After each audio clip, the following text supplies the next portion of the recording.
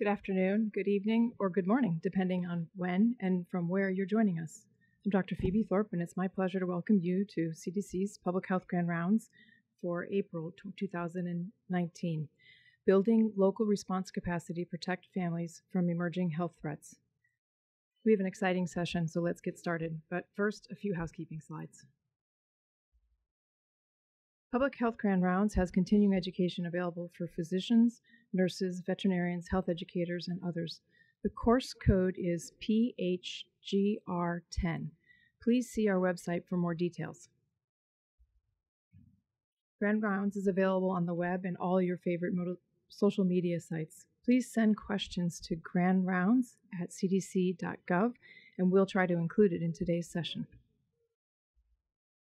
Want to know more? We have a featured video segment on YouTube and our website called Beyond the Data that is posted after the session. This month's segment features my interview with Dr. Oscar Allen, Senior Advisor at NACCHO. We have also partnered with the CDC Public Health Library to feature scientific articles about this session. The full listing is available at cdc.gov/scienceclips. Here's a preview of the upcoming Grand Rounds topics. Please join us live or on the web at your convenience. In addition to our outstanding speakers, Chris Cosmos, Dr. Davis, Dr. DeBasi, and Nicole Fernbach, I'd like to take a moment to acknowledge the important contributions of the individuals listed here. Thank you. And now for a few words from CDC's Deputy Director, Dr. Schuckett.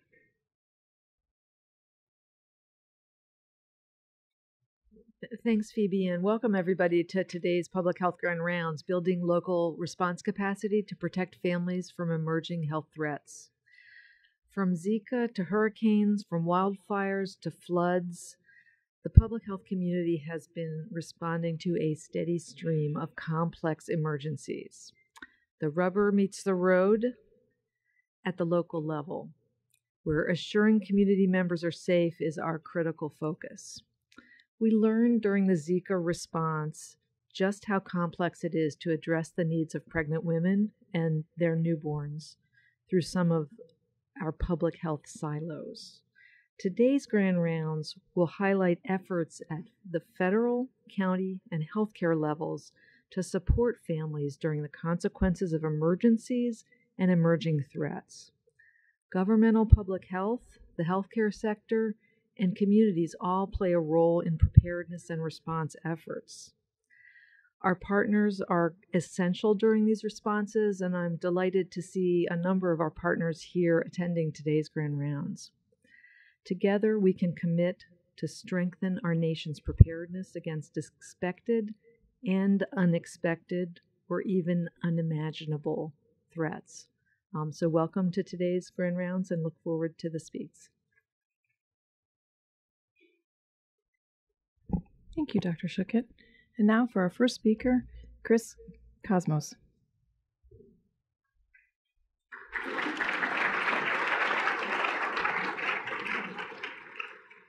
Thanks, everyone, and welcome to CDC Public Health Grand Rounds. Again, my name is Chris Cosmos, and I'm the Division Director of the Division of State and Local Readiness within CDC's Center for Preparedness and Response. But on 9/11, I was a Deputy Commissioner with the Chicago Department of Public Health, and I had a front row seat during the terrorist events of 9/11.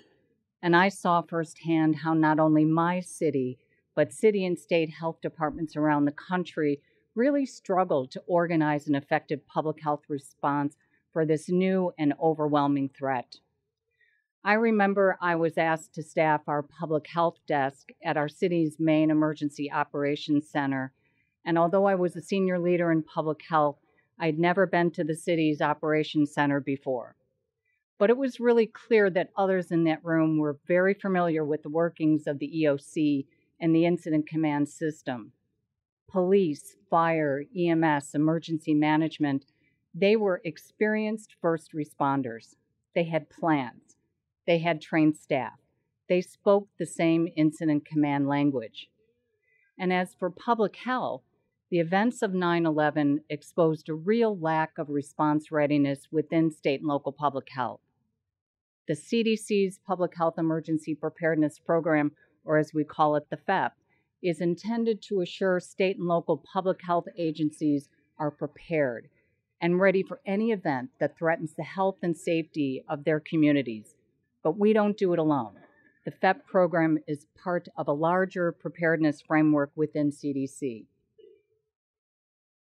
In the center of the framework is the CDC Center for Preparedness and Response, or CPR. CPR acts as a coordinating hub between state and local public health and CDC subject matter experts, both during peacetime and during a public health response.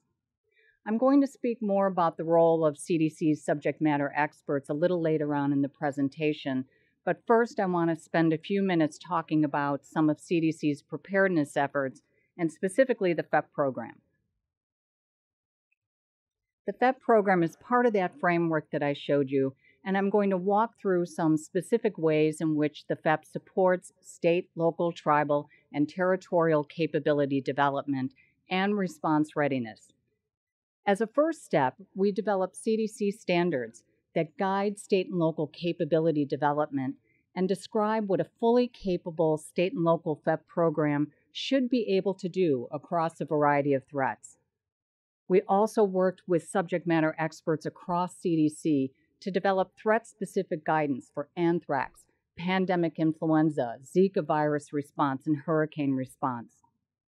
CDC also provides funding to 62 state, local, and territorial public health agencies to help build capability that's consistent with our PHEP standards. Last year, we awarded over $620 million to state, local, and territorial public health. And when there's a national emergency, such as an outbreak of Zika or Ebola virus or pandemic influenza, CDC activates its incident command structure and works side by side with state, local, tribal, and territorial public health, providing guidance, technical assistance, epi and surveillance support, lab testing support, and public health message to help convey the risk to the public. In 2017, the PHEP program marked its 15th anniversary, and I would like to reflect on a few of the many accomplishments of the program in preparing state and local public health to be response ready. First, we developed an entirely new discipline within public health that had not been in place before 9/11, public health emergency management. Public health now speaks the language of incident command, and more importantly, public health works within the larger incident command system. We've invested in a national network of state, local, and federal labs capable of rapidly detecting bio and chemical threats. We've improved our capability for delivering life-saving medications to the public. And we've improved our ability to get information to our response partners and to the public on what they can do to keep themselves and their families more safe from public health threats. And over the past 15 plus years, CDC and state, local, tribal, and territorial public health agencies have been tested and called upon repeatedly to respond to a number of public health threats, both big and small, from 9/11 to Hurricane Katrina to novel infectious disease to a small outbreak in a community. I spoke earlier about the CDC preparedness framework and the role of CDC's subject matter experts. I want to just call out a few examples of the types of programs and resources developed by CDC's subject matter experts to assist and guide state and local public health, the healthcare community, and the public, including a unit dedicated just to the specific needs of children during a public health response, guidance and resources to help keep responders safe, systems for communicating risk to the public, and mechanisms for reaching out to clinicians and the healthcare community to assure that they have the latest evidence-based CDC guidance. These are but a few examples of how CDC supports the entire response community during a public health response. So how are these resources organized during a national public health or emergency? Well, when there's a decision to activate the CDC's Emergency Operations Center, staff from around the agency organize into teams to support state, local, tribal, and public health response. My division, the Division of State and Local Readiness, leads the State Coordination Task Force team, and it's our job to work between the CDC incident management teams and state and local public health, assuring communication and coordination. Our team also plays a big role in organizing the CDC funding mechanism for state, local, tribal, and public health response. When Congress appropriates funding for a public health response, CDC now has an expedited mechanism for funding impacted jurisdictions. And finally, just a couple of recent examples of how CDC supports and protects families during a public health emergency. In Ebola, CDC worked with state and local public health to develop a system for monitoring the health of travelers returning from Ebola-affected countries. We worked with the healthcare system to assure providers were trained and had appropriate personal protective equipment. And we provided funding to state and local public health to support the monitoring of returning travelers, fund the purchase of PPE, to support lab testing, and to fund public health messaging. During Zika virus response, we supported the training of community workers to decrease mosquito breeding sites. We developed a prototype Zika prevention kit and developed and delivered more than 8,000 of those kits to Puerto Rico. And now when I go back to the City of Chicago Department of Public Health or travel to any of our funded states, localities, or territories, I'm proud and impressed of what they've accomplished and how they've worked to build public health emergency management expertise and response capability at the state and local level. As a public health system, we've come a long way in our response readiness since the events of 9/11. And now some of my colleagues are going to present on how the work of CDC has translated into real capability at the state and local level. It's my pleasure to turn the presentation over to Dr. Montu Davis, Health Officer of LA County.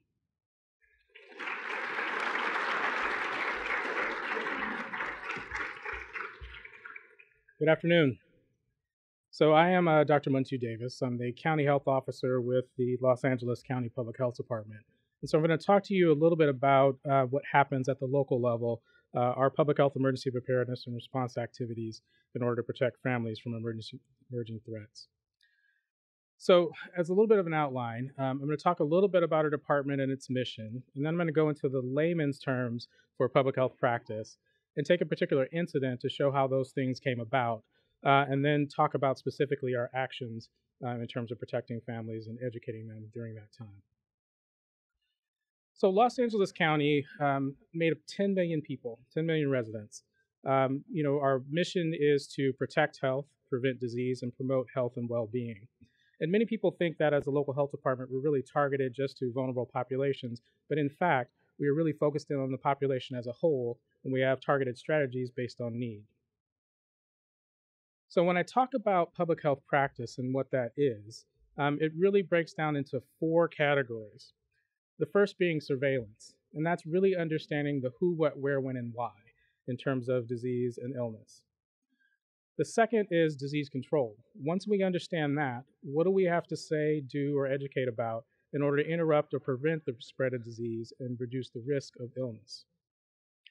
So the third is, once we understand those things, is to figure out who we need to communicate to. And I typically say we communicate to the 3 Ps. That's both providers, the public, and that can come in different forms, and policymakers. Now, we'll point out here that we don't communicate with all 3 of these at the same time. It's really dependent on the incident and what's needed and who's needed to understand and respond to that. And the last thing we focus in on is resource coordination. Understanding that we can't do everything, we try to work with others to effectively manage all 3 of the above, on the surveillance as well as the disease control and prevention, as well as communication. When you look at our workforce, we're pretty diverse in terms of both the expertise, training, and skill sets. And we've utilized the experience and perspective of all of these levels of staff in our department and also in response as we look at putting out everything that we need to do in terms of those 4 core practices. So now I'm going to take an incident. So this is happened on November 8th, a fire that ran for 13 days. So the Woolsey fire burned inside of both Ventura and Los Angeles County. If you look at this map, in the upper right, and where that black box is, that's where the fire started. And this map is actually taken 5 days after the fire. In the end, it ended up burning 96,000 acres. We saw evacuees fill shelters, people stayed with family and friends, awaiting the news of what happened to their homes, and there were over 3,000 responders who worked to gain control of that fire. As you can see here, we had over 250,000 folks who were evacuated. Shelters were established in partnership with the Red Cross, and you see the numbers in terms of damage and structures that were destroyed. So now let me talk a little bit about our response in this. Public health surveillance started at the beginning of the fire and with the response to it. And some examples of what we saw and noted that were a risk or a threat for people were around unhealthy air quality in areas that were impacted by the fire and those downwind of the fire. As we look at shelters, people were gathering in places that weren't necessarily designed to meet basic safety, needs for the public. That could be a gym, not designed to have people there for weeks. And then we looked at what happened with electricity, perishable food in homes and restaurants. And then we had to think about both planned and unplanned power shutoffs and how that would impact water systems. Now, after we determined what those 5 W's were, we at the Public Health Department determined what actions were needed to protect health and the environment. We started communicating with the 3 Ps, and again, we didn't communicate with each of them during each of these, but for this one in particular, when we looked at unhealthy air quality, we had to communicate to the public, and we put out risk advisories related to smoke. We talked about who was at greatest risk, how people could protect themselves, and where they could get updates as time moved on. We also had to talk to our policymakers because we recognized that there were employers out there and get them to understand that we needed to limit outdoor activities of field staff, as well as give guidance, as we had lots of questions related to what do we do, how can we use masks, in order to protect from wildfire smoke and ash. In terms of the shelters, at the shelters in particular, we offered immunizations. Now, notice I said it was in November. What's happening in November time? Flu. So we made sure that we offered influenza vaccine at those shelters just to protect the folks who were there, as well as offering tetanus booster, understanding that they were going to go back and maybe trying to clean up their homes in order to protect them from injury and tetanus. We also created fact sheets to tell people how do you go back to your home and safely clean up after a fire, as well as in highlighting the mental health stress that comes from that, knowing that many, many people were going to be impacted by this, those who were directly impacted by the fire and those who weren't. We also talked with our policymakers and made sure that we went into the shelters and assessed them for environmental and food safety concerns. We coordinated with other government agencies in the response structure inside of the Emergency Operations Center and recognized what resources were needed to address the mental health impacts. There were other actions we did in terms of coordination and collaboration. In terms of work for the public, the health fact sheets that we put out were really done in partnership with both the Department of Mental Health as well as Public Works and Vector Control. Who would think that after a fire, you have to think about the pools and mosquitoes and the fact that there are no fences around the pools? We also had to think about trash and debris removal, and we worked with Public Works, who was responsible for debris removal after a fire, in assessing whether or not a location was safe and all of the hazardous materials were taken up, and also to direct how debris removal should happen in order to safely protect both people and the environment.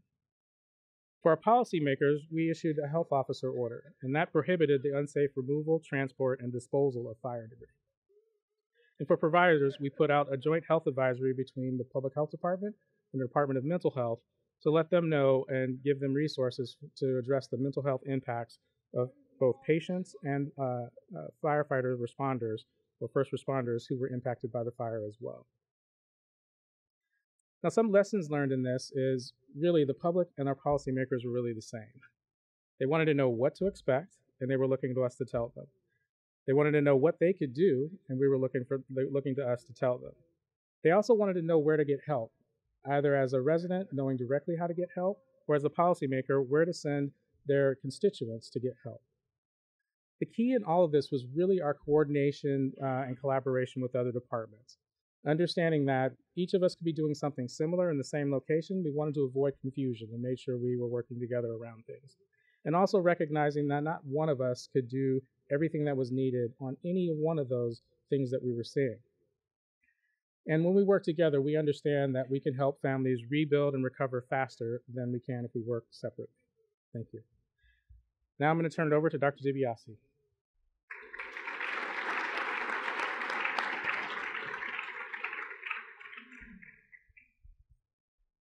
Good afternoon. I'm Roberta DiBiase. I'm the Chief of Infectious Diseases at Children's National Medical Center in Washington, D.C.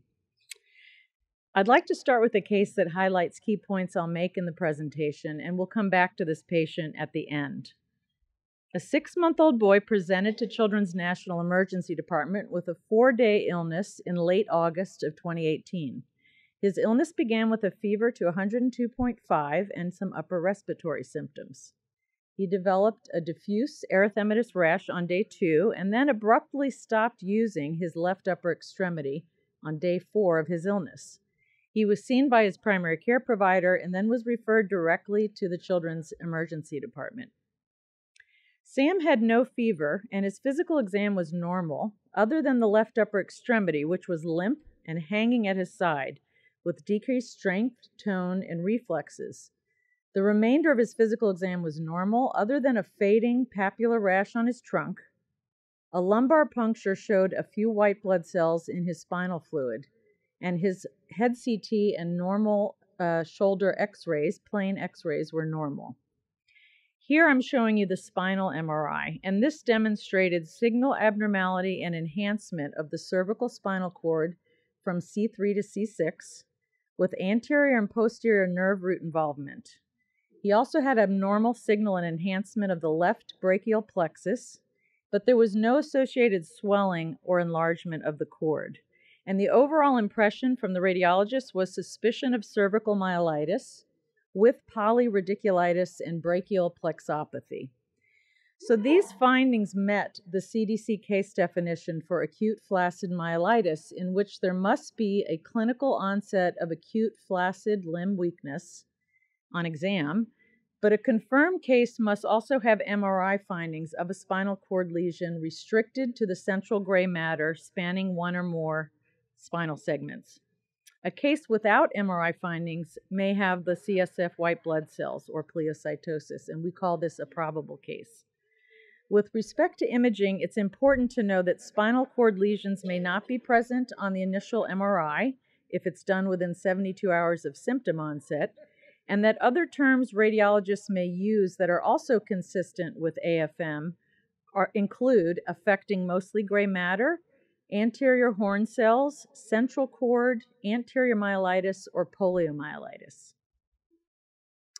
Because of this clinical presentation, the confirmation of myelitis on imaging, and the presentation in August, the possibility of AFM was quickly considered by the healthcare provider. And shown here is an example of the continuously updated epidemiologic data on AFM that was readily available to this healthcare provider on the local health department and CDC websites. And it highlights the biennial pattern and prominence of cases in the summer and fall over the past 5 years. It was access to this data that rapidly raised AFM to the top of this clinician's differential diagnosis. The clinician's role in a local public health emergency response is threefold. First and foremost, they must provide care for affected patients and families.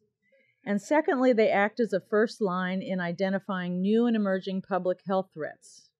But importantly, they also partner with their local health department in data collection and reporting, specimen collection and lab testing, and education and dissemination of that information to healthcare providers within their own healthcare system and the community at large.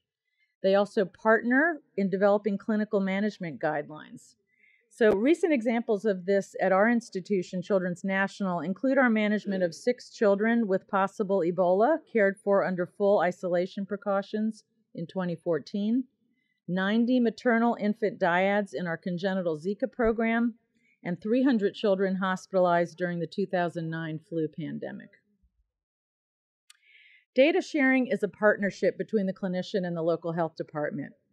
Examples of data reported to the local health department by the clinician include primary case identification, identification of potential exposures within and even beyond the local health care department jurisdiction, connection of multiple local health departments for joint decisions about case management and outbreak investigations, and provision of supplemental clinical information for the local health department and CDC databases and registries, such as imaging, clinical course, lab data, and long-term follow-up, as has been the case in our management of our Ebola and Zika patients.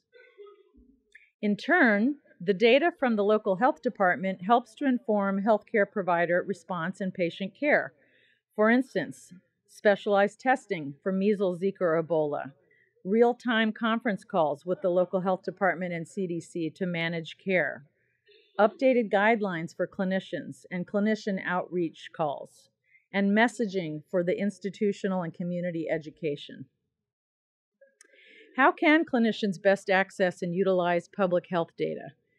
The CDC and local health department websites have excellent links for providers that have updated epidemiologic data and guidelines to inform care.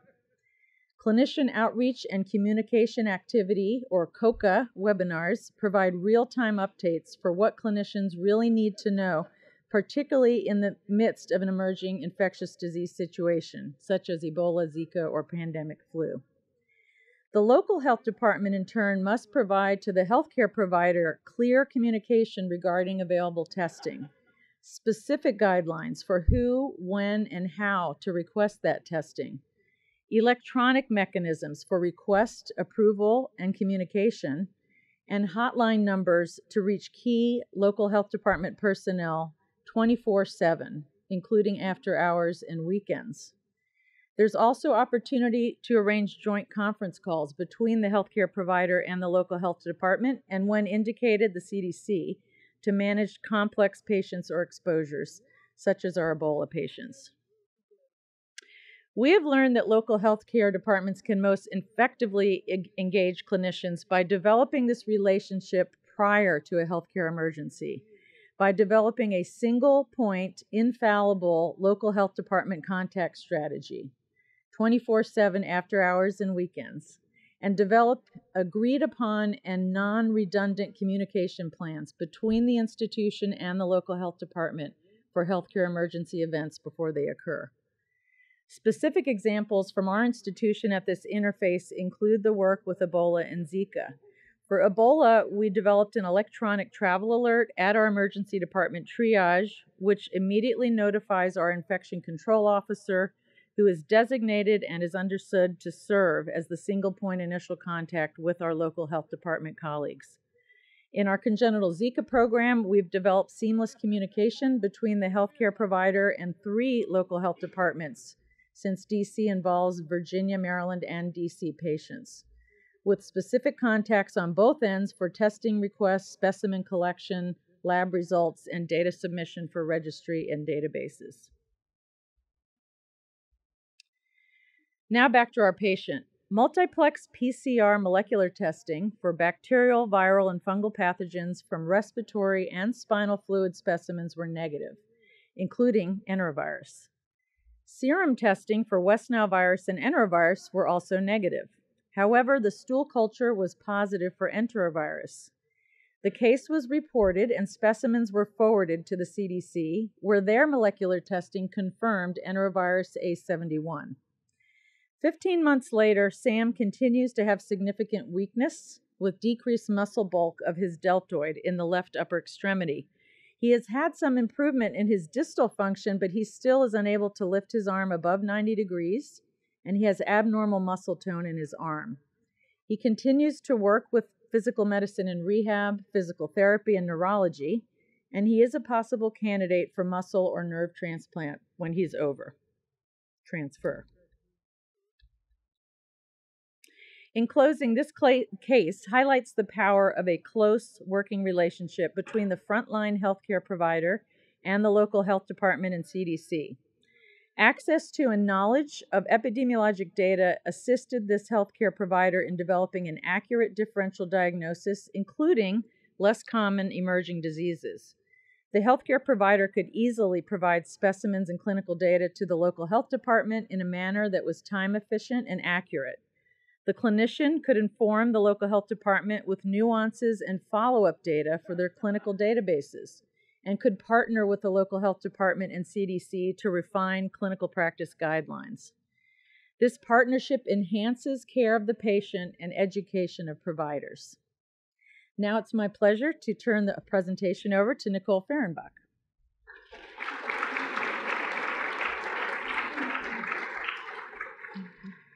Well, and good afternoon, and thank you for the opportunity to speak with you today. As you heard, there are multiple components of responding to a local public health emergency. And today, I will discuss how all these components fit together in order to protect and support affected families. We know that families, specifically pregnant women, infants, and children, are uniquely vulnerable during emergencies. During H1N1 and Zika, we saw the severe health effects of infections on pregnant women and infants. For example, the mortality rate among pregnant women from H1N1 was 5 times higher than the general population. And the risk for infants to develop Zika-associated birth defects increased 30-fold among pregnancies affected by Zika. Keeping families safe and cared for is a primary focus of response. And as a mother, I can imagine being in such public health emergencies, and indeed, I have served in a few. And I ask, what does this mean for my children? How will I know if my physician has the latest information? Bottom line, how do I care for myself and my family? When a local emergency happens, such as a wildfire, the challenge that each community faces is how to protect these families initially, guide them through, and then support them in recovery and resilience. We've heard today how federal agencies like CDC work with state, territorial, and local health departments. We've heard about what a public health emergency looks like and the challenges with community outreach and education, and monitoring the situation to keep leadership informed. We've heard about the importance of healthcare providers, how they respond on the front lines, and the data they need to inform their actions. To truly achieve the outcomes we want, safe and protected, and ultimately resilient families, an integrated approach is necessary. One that improves the ability of local jurisdictions to respond and recover while leveraging national resources. We have to meet people where they are and build from there, and frequently funding alone is not sufficient. Therefore, this approach must take into account multiple viewpoints to address those on-the-ground realities. And this involves building capacity in the community by hiring qualified local resources, linking national stakeholders and activating their local chapters, augmenting traditional federal grants-based approaches, and tailoring activities to the needs of the local health departments, and informing federal response by identifying gaps, needs for technical assistance, and ways to translate emerging data into action in community. So who does this? Well, meet Anne-Marie. She represents 30 locally hired contractual public health nurses and epidemiologists who work during the Zika response in communities identified with significant need. As an experienced nurse, Anne-Marie educated others by presenting at health fairs, community health centers, and other public events to reach different audiences. To gain entree to these events, she built relationships with partner organizations who shared either her mission or her target audience. In this particular photo, Anne-Marie is at a March of Dimes event to help spread messages about Zika prevention. She and her colleagues in other communities also engage with non-traditional partners, such as police. In April 27, Orange County hosted an interactive community event called Flight to Zika Prevention Land with the Orlando Police Department, Healthy Start, and other public health programs. At this event, families received information on Zika education, prevention, transmission, and testing. Pregnant women and their families were scared. Having someone intentionally being a voice in the community, sharing information about Zika and how families could protect themselves was reassuring. Zika was novel in its consequences for pregnant women and their infants. We had never seen a virus from a mosquito cause such devastating birth defects before. Information evolved rapidly, and as a result, provider outreach and education was critical. Anne-Marie and her colleagues visited providers and their staff to review testing guidelines with demonstrable results. This type of work was particularly important with policy changes, such as the Florida governor's announcement that all pregnant women could receive testing for free. Local staff helped physicians understand how to request the tests and then how to interpret results. Within 3 months of one placement, a city reported an 85% increase in Zika virus testing. In other communities, provider adherence to lab test protocols improved from 26% to 98%. As Dr. DiBiase said, having a single point of contact at the health department ensured that accurate case reports were coming in and the clinicians had the most up-to-date guidance. Activating these local partnerships can build a network of responders within jurisdictions. Within each of these local networks, health departments are able to connect to groups and partners who may not have previously worked together. Local providers and their national clinical organizations were connected, including obstetricians and pediatricians who had not previously worked with public health. A wide range of community groups were activated, including promotoros, nonprofits, churches, and outreach organizations. This was critical because of the cultural realities of how different members of the community will receive and trust information. Finally, we activated local nonprofit organizations that focused on maternal and child health. In a crisis where families are critically impacted, those groups that connect and provide services are essential. Activating these local chapters in connection with national organizations, state and federal agencies, and having a convening point within a community creates a large network of response and encourages multi-directional communication. In the case of Zika, across 30 jurisdictions that receive field support, we engaged 12 national partners and their associated local chapters, and locally we contacted over 5,000 providers, was translated into over 40,000 Zika virus tests that led to more than 400 families being referred to services. The result was strengthened collaboration between public health and healthcare providers, mobilized communities to address issues of families, mothers, and their children, and engaged partner organizations at the local, state, and national levels to share knowledge, skills, and expertise. Our colleagues today have collectively provided strategies on building local response. Federal resources and expertise can be leveraged. Our surveillance data clarifies what is happening to who, where it is happening, during what time, and why. Providers, policymakers, and the public need to know. Clinicians at the front lines have to have a known existing relationship with the local health department to share information and to receive evolving guidance. And finally, partnerships. At the local and national levels, build innumerable networks which can be activated to protect and support families within their communities. Imagine that we can protect families on the front lines as the next hurricane or wildfire strikes. Imagine that we can rapidly provide physicians the information when and how they need it to heal infants and children when their families bring them through the clinic door.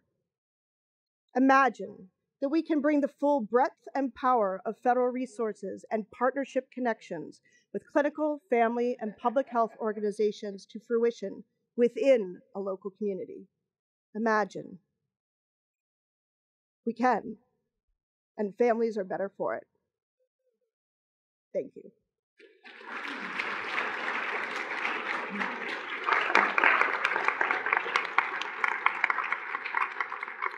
Now we will be turning to the moderated session for our Q&A.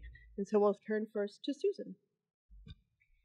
Thanks. I want to remind our online viewers that you can send a question to grandrounds@cdc.gov. For our first question, to what extent is the CDC integrating the work of state, local, territorial, and tribal emergency managers and the profession of emergency medicine in the PHEP? Well, I can start and then maybe others can join. the collaboration between public health emergency management and the healthcare system really kind of comes together in the structure of the emergency support function number 8, where there's public health and medicine under the direction of public health, which provides and leads guidance development and also works within the system to assure that healthcare providers and public health are actively working together to make sure that the healthcare community has the most up-to-date information. Within a community, typically that can happen in emergency management and emergency services where emergency medicine and public health come together and do system planning for the community. Others want to join in? I would say it also comes up just in terms of exercises with a lot of emergency preparedness funding. There are exercises that happen both at the state level, between states and locals, at the local level, between local organizations, as well as at the federal level between all of those levels. So there's really a lot of coordination both on the planning side as well as the practice side in terms of making sure that we're able to respond.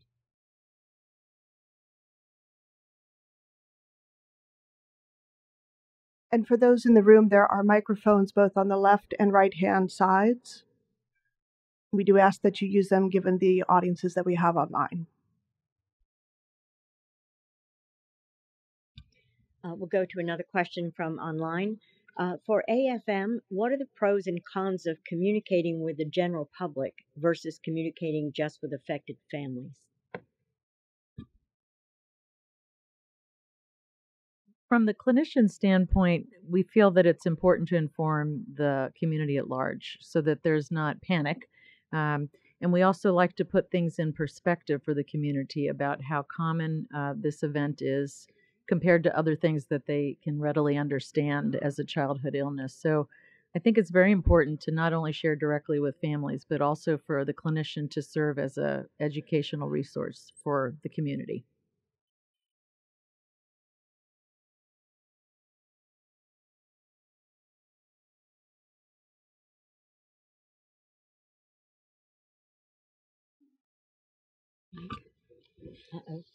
Hi. I realize that the guidance changes as new information becomes available. How do you, as a public health department, balance providing new information and maintaining your credibility that things have changed? Credibility is always important for a health department, no matter what level you're at. I think in this, when we have updated guidance, we call it that. Here's updated guidance. We have to be pretty open and honest, especially if we don't have information. If we don't have it, we talk about here's what we're trying to do to get it. But it really is about being honest about, what it is. And when guidance changes, we expect that. And so at this point, I think with the way that we've communicated to both the public and providers, as well as our elected officials, they understand that. As we learn more information in terms of our surveillance and our disease control and looking at those responses and the impact of those, that things will change and we can get better over time. Building on that, at the federal level, it's been critically important as guidance has evolved that we have deep and ongoing conversations with our clinical healthcare partners and the national organizations that they reflect, so that as communication is coming forward and new guidance is being updated or added to, that they are hand in glove with us as we are able to share the updated information and ensure that it's disseminated as widely as possible. From the clinician's perspective, I think updated guidance is not only important, but actually increases trust because it shows that there's attention being paid to the clinician's information in the evolving nature of these illnesses. So it's actually worse to not have updates when on the front line, clearly there's more and more information and experience. So it's very important, I think, to have these updates. I would just add one other thing, and that is I think we've been pretty good at the federal level of creating the expectation that things will change and that things will be evolving.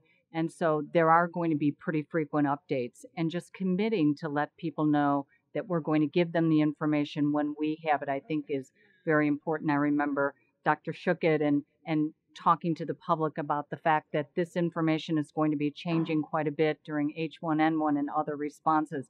And I think from the get-go that creates the expectation that we will be changing and we will be updating. So Umair Shah, Executive Director, Harris County Public Health in Houston, Texas. And I just want to thank you all for a fantastic panel. And Dr. Davis, specifically, your help with our recent fire in Harris County was very much appreciated.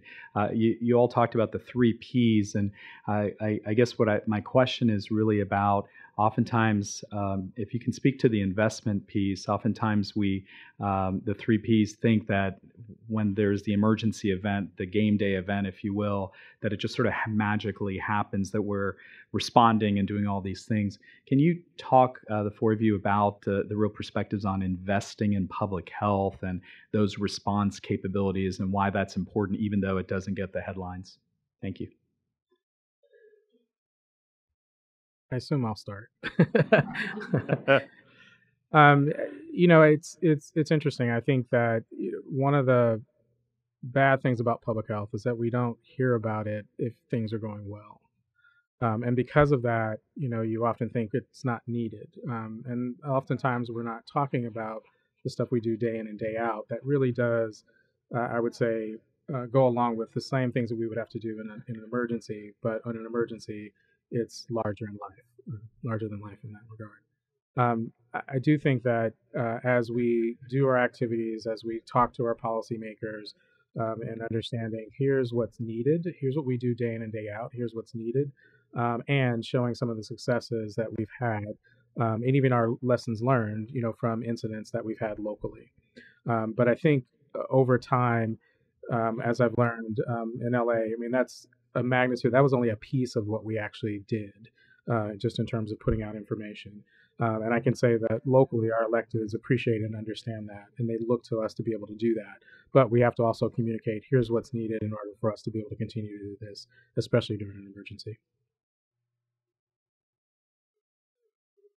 I'm just going to put a plug in for face-to-face meetings, particularly before an emergency occurs. We really found it very helpful to have our local health department colleagues actually come to our facility, tour our Ebola isolation unit, understand, the constraints we have and things that we could do.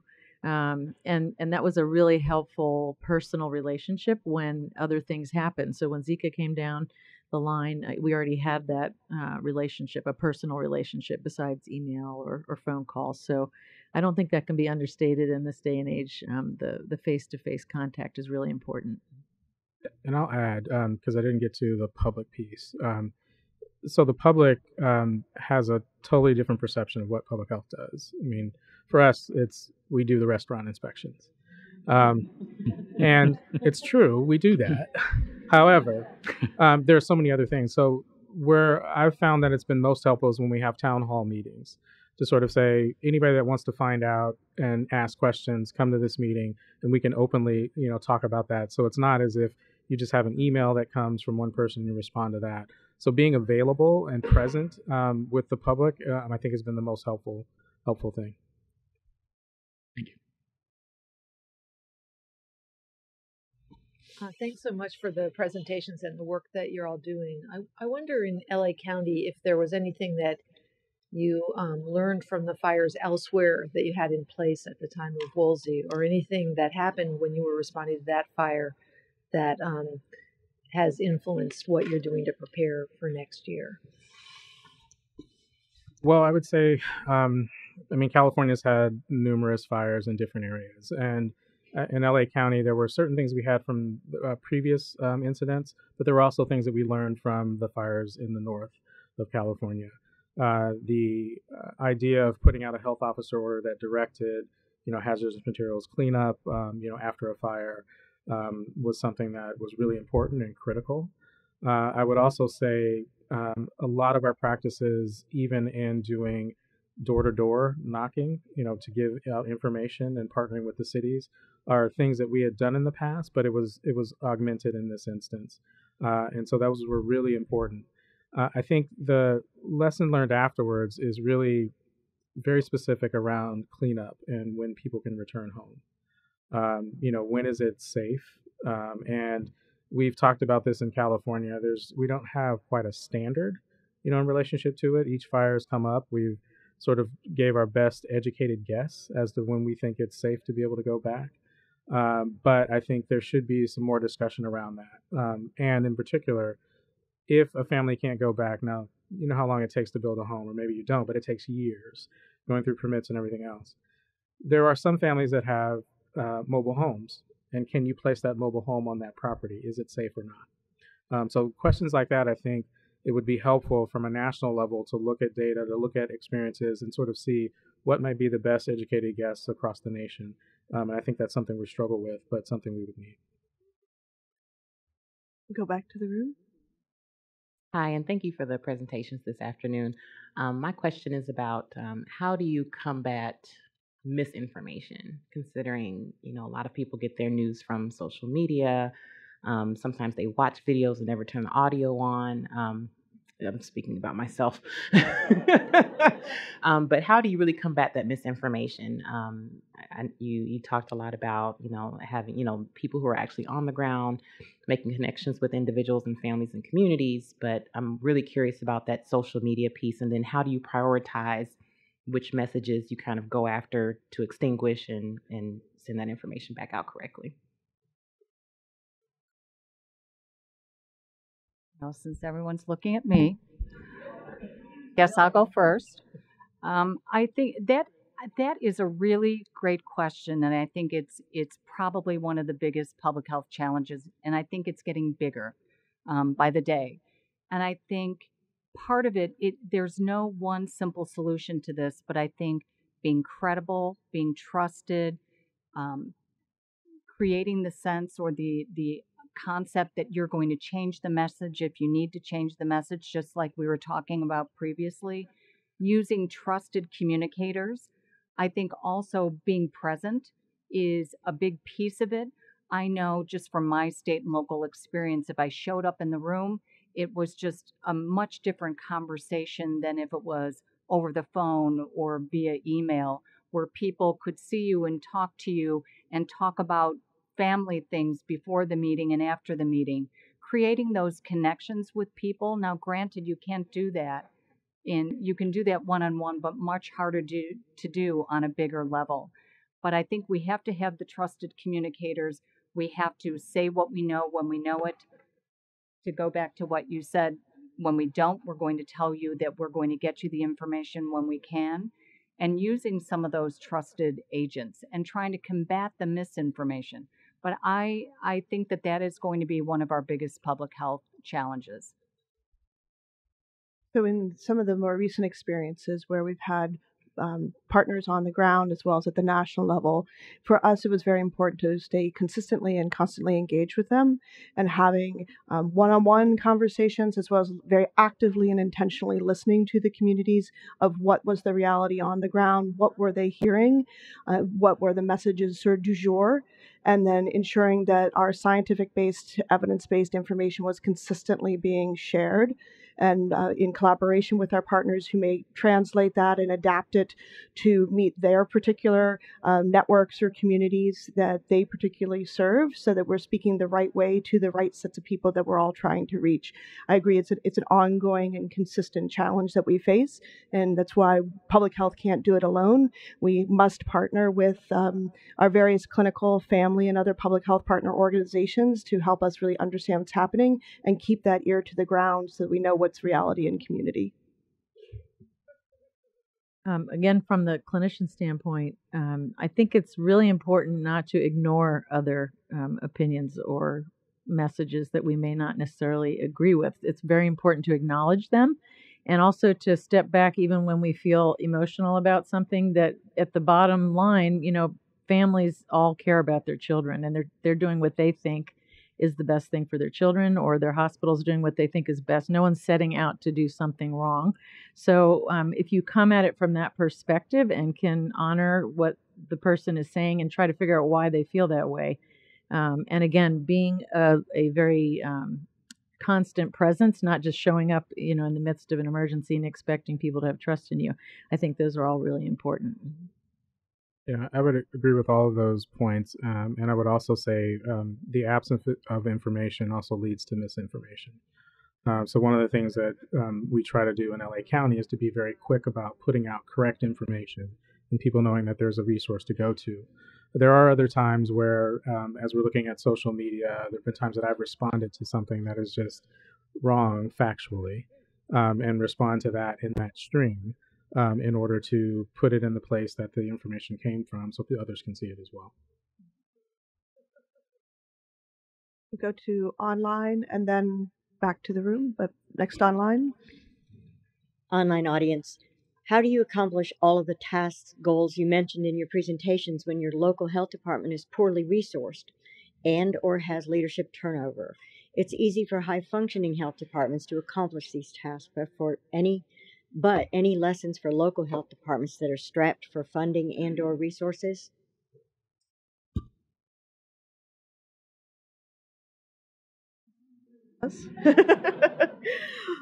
We hear you, and we do recognize that there's significant variability across the public health community in the types of resources that are able to be brought to bear at the local level, as well as state level, and then even indeed across the federal landscape.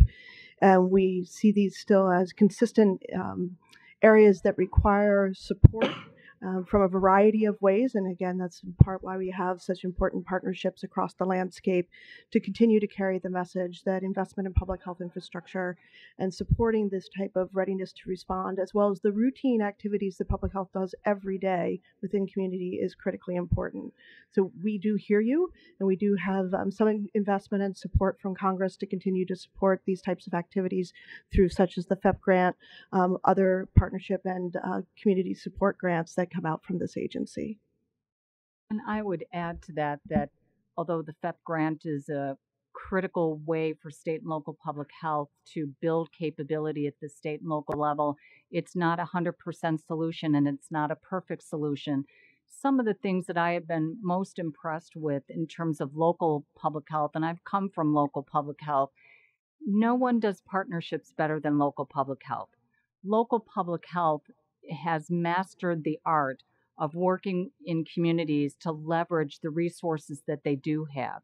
So although it's never a perfect solution, and funding will never take care of all the gaps, I think what public health at the local level has really done probably better than anyone else is learn the art of partnership.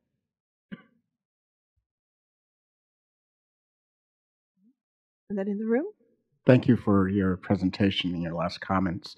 How do I frame this? How do you recommend the inclusion of the public-private partnerships in the non-traditional emergent health threats where health is not always thought about immediately in the response and resiliency? Use the example of active shooting and other scenarios where it doesn't always, from a public perspective, people are thinking health, but the capacity can be enhanced from a support of non-governmental agencies. Is there anything you would like to say about that? So I think really sitting down and talking with other sectors, other partners.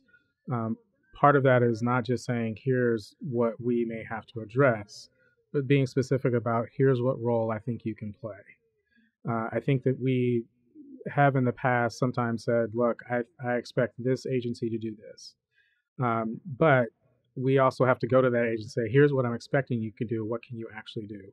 And from also to think about it from their perspective, what could they gain from being a part of this and learn from that as well. But it really is about dialogue and partnering. And sometimes it may start with not particularly that incident or that type of incident that you want to talk about, but what they're interested in order to build that relationship so you can ultimately get to that goal of what you're looking at as well.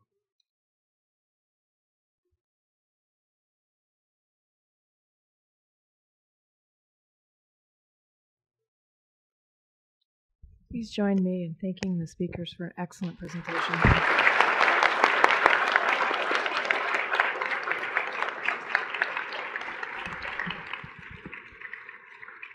And join us next month for Public Health Grand Rounds.